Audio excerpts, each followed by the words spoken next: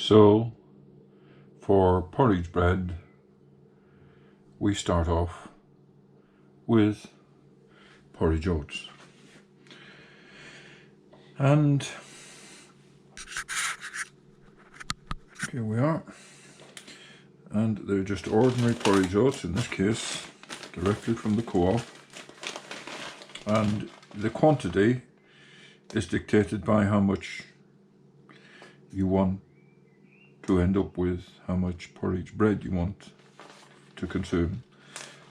And otherwise, it's whatever ingredients you've got, but I'm sure, assuming you have plenty of porridge oats, it's not in short supply, fortunately, yet.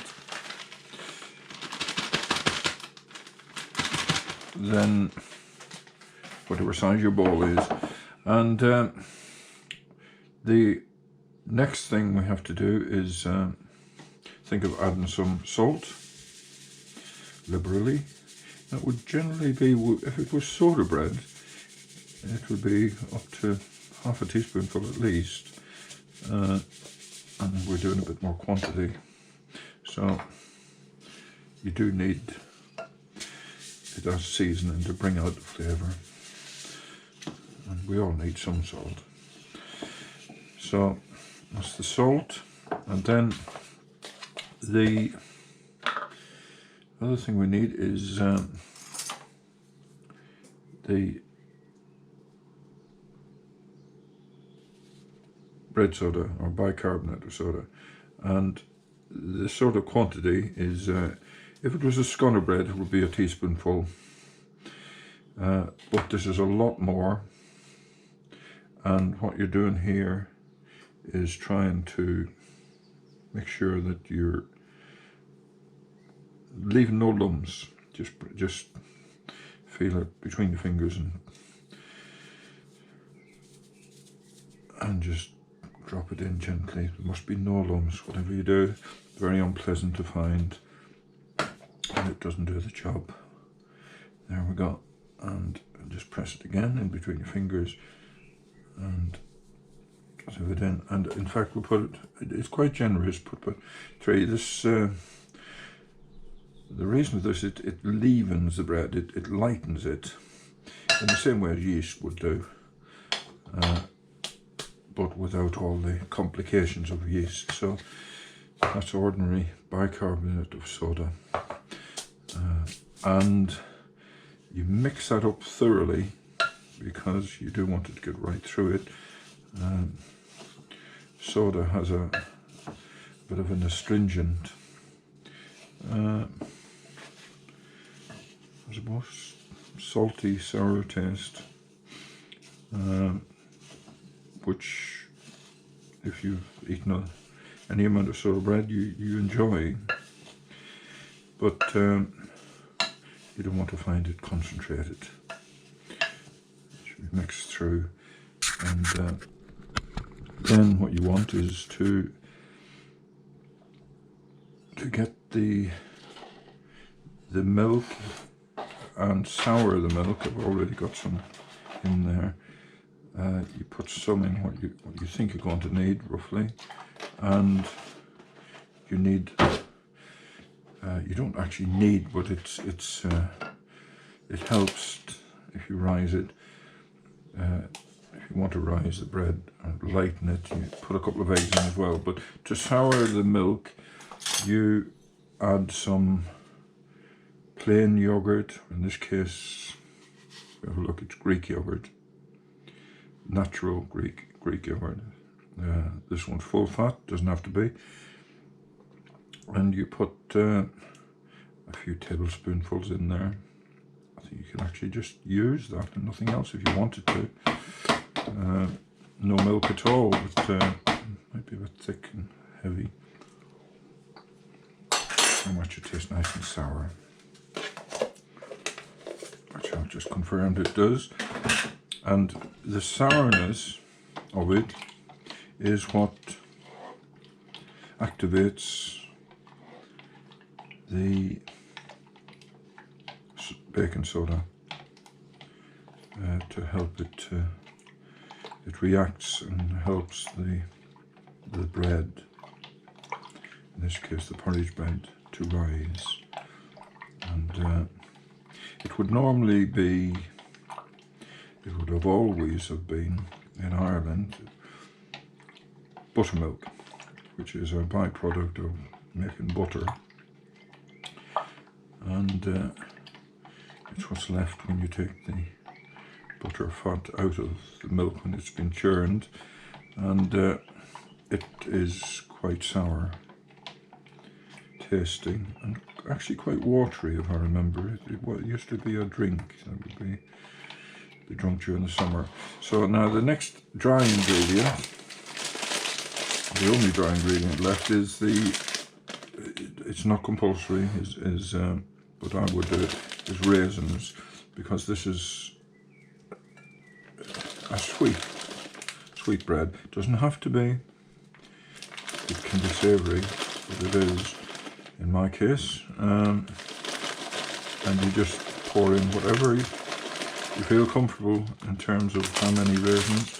None of this is, it's very relaxed with regards to the ingredients and the proportions, but I will put the ingredients, the temperatures and the timings onto the website, and that'll be in text underneath the video. And I keep forgetting to mention that not only should you click on www.mccrorys.co.uk, but you should also, when you go on there, then you click on blogs and you'll find the recipe that you're looking for. But you should also try to subscribe to that channel so that you won't miss any other blogs or any other recipes in future. So do remember to try and subscribe. I forget to prompt everyone to do that, and I know I should.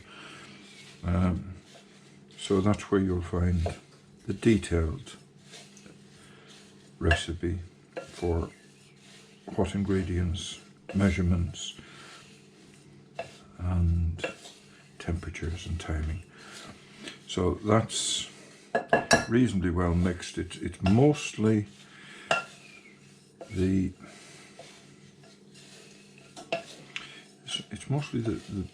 bicarbonate of soda that you're concerned about, so that it goes through it. And then when you've reasonably thoroughly mixed your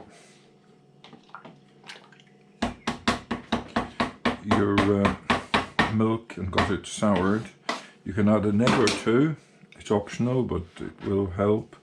So you just break that into the milk, and then it's going to have to be beaten, and that will be so that again it gets through. I'll just use I can find it. Just use a fork.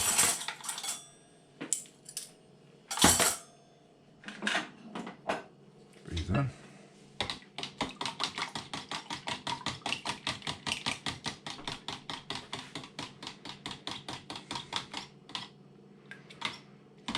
Yeah, it should be mixed, well mixed, otherwise you're not going to get an unevenness and a consistency throughout the bread. If it was soda bread, it would be called panna bread or a scone bread. And I do remember there being oatmeal bread made, and I remember bread being made on a griddle, just toasted at the fire. And to some extent that's what's going to happen here, is that the oats will end up being toasted, and that's part of the attraction, the flavour So that's your egg, and then all you have to do is tip it in. You can be quite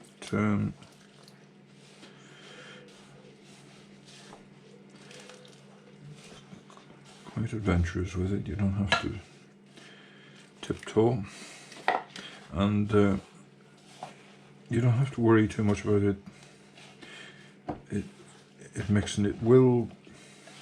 It doesn't go lumpy as such, unlike flour, because it's so fragmented that it keeps that separation. And what you are trying to achieve is, which is more difficult, because it's unlike flour, which congeals. This, because it separates and fragments, it means that it's hard to get it to bind, and you need that. You need it to have some kind of form. And then what you're doing is, when you can find the flour that we've used, we've used all the same flour, the porridge. We just get some more porridge, and we've got plenty of it. It's not in short supply. This one is from a different, it's from Morrison's. In fact, it's their own brand. Porridge doesn't vary a lot. Sometimes you will see whole grain or that type of thing, but by definition it's not going to be very refined. And what you have to do with this now is to spread it. You don't, or I don't, grease baking tins. I simply flour it, or in this case coat it with oats to stop it sticking, and then spoon it all out, and it won't look very promising as regards having any kind of form at all. It's very moist, so that's the only good thing it's got going for it in terms of trying to get it to stick together and form some kind of a scone. And there we go, that's in the pan. And I think what you want really is to get it about at least 2 inches high, so that you get some kind of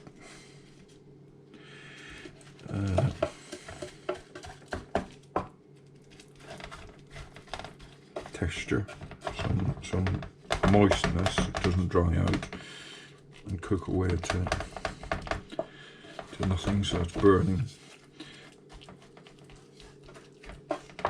You want it to still retain some kind of moisture after it's already baked. And the other thing that I do is